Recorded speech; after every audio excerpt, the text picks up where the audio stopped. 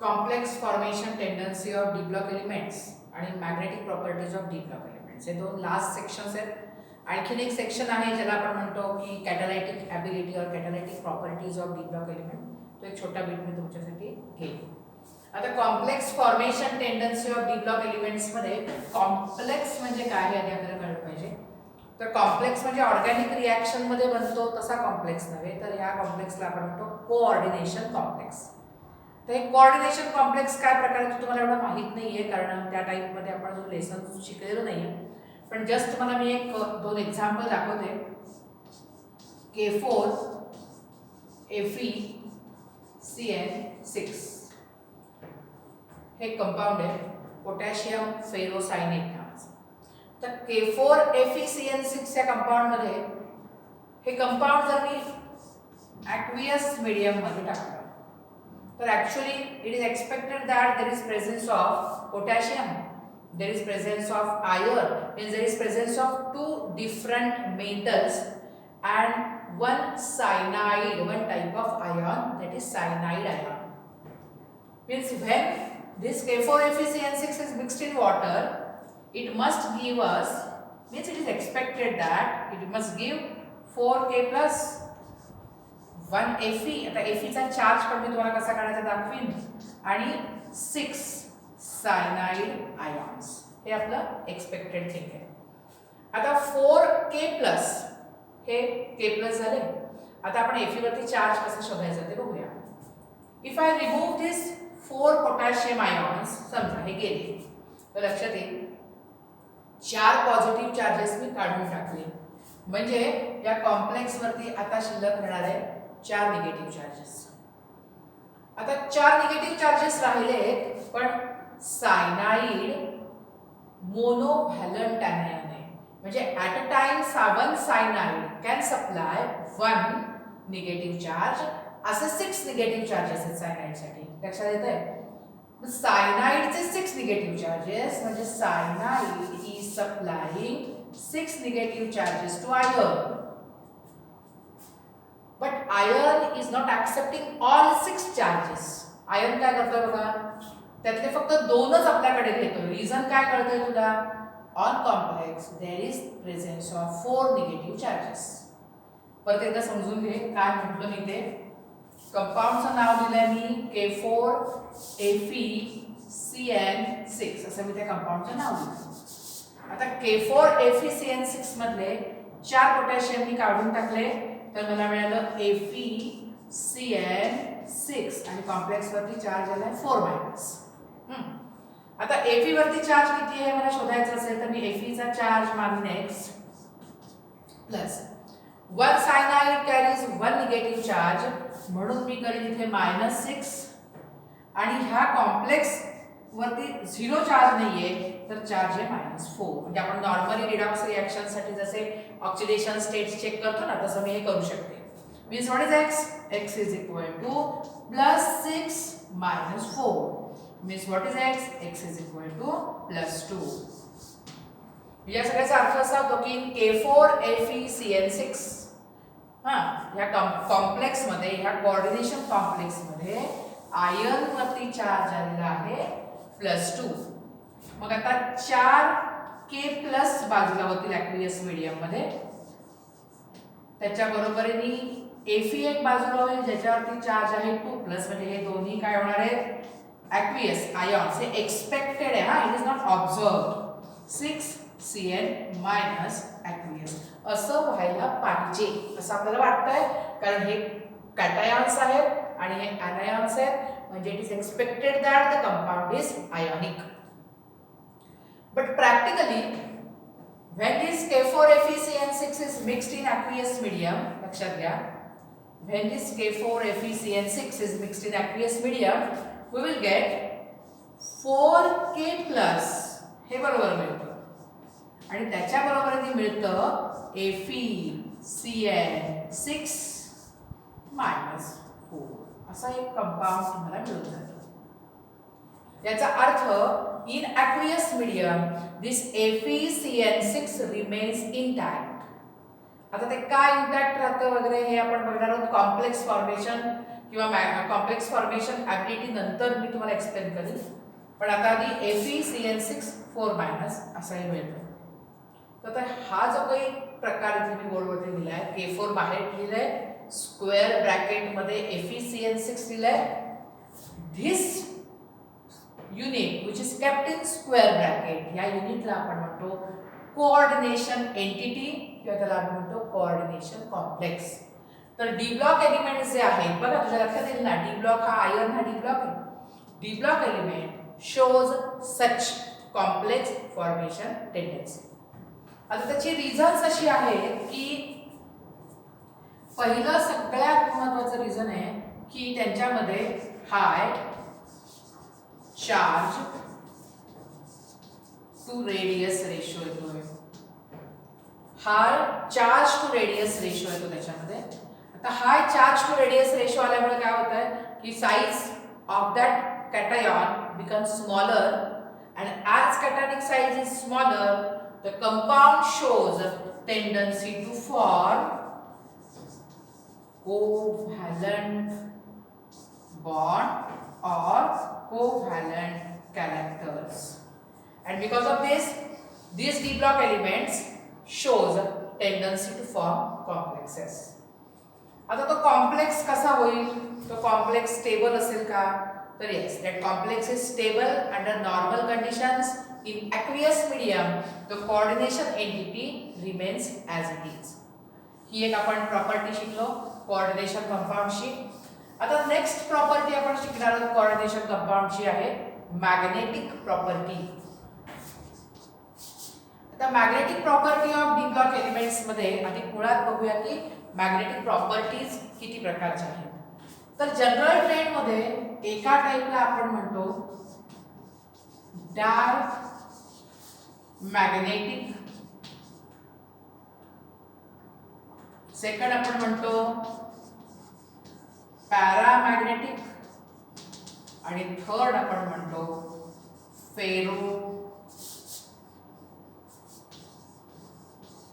Ferromagnetic compounds.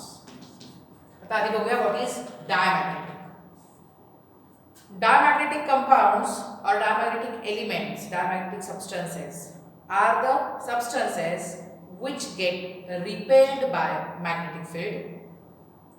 Paramagnetic substances asतात, they get attracted towards magnetic field.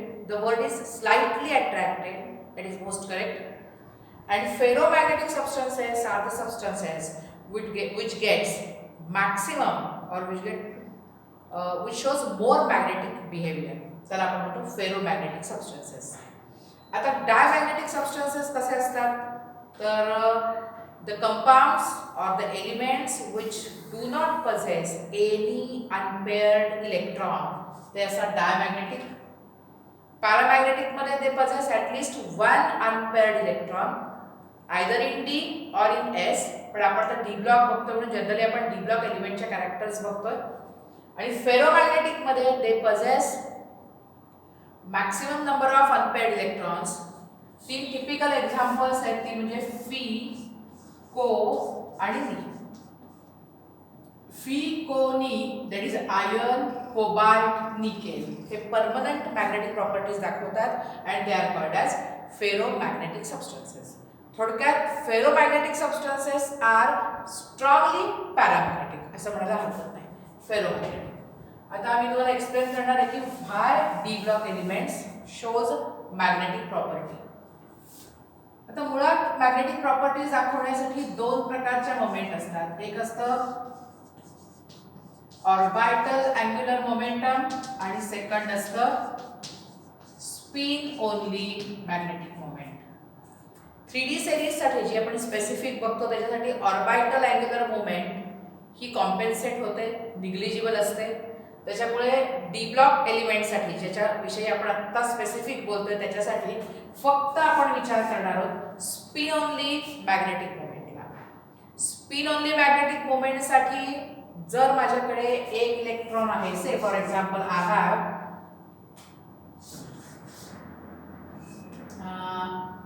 p shell, say in p shell I have 4 electrons.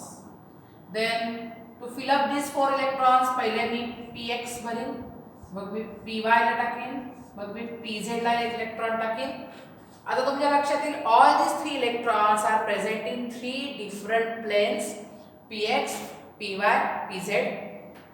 They are moving in same direction as they are with upward spin, they are moving in clockwise manner.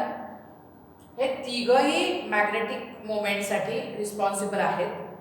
पण आता मी जेव्हा fourth electron टाकणार आहे, तो fourth electron मी px मध्ये टाकेन आणि तो डाउनवर्ड स्पिनला टाकेन.